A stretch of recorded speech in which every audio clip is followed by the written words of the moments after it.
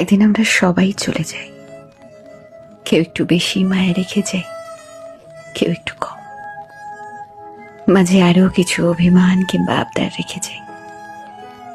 এরপর একদিন সবাই ভুলে যায়, শুধু ক্যালেন্ডারে চলে যাওয়ার তারিখটা থেকে যায়।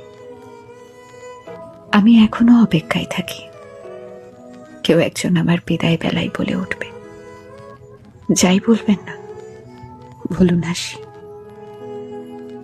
যাই বলবেন না বলুন হাসি।